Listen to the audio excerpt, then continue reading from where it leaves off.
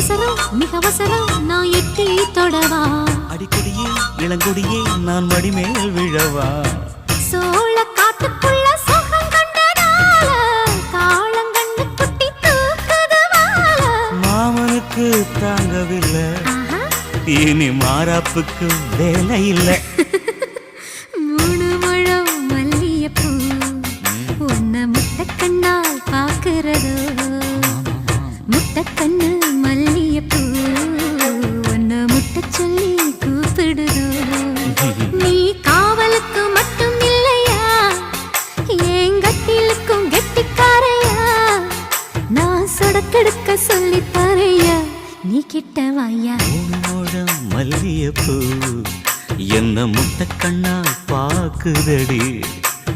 முட்டை கண்ணு மல்லியப்பூ என்ன முட்டை சொல்லி கேக்குதடி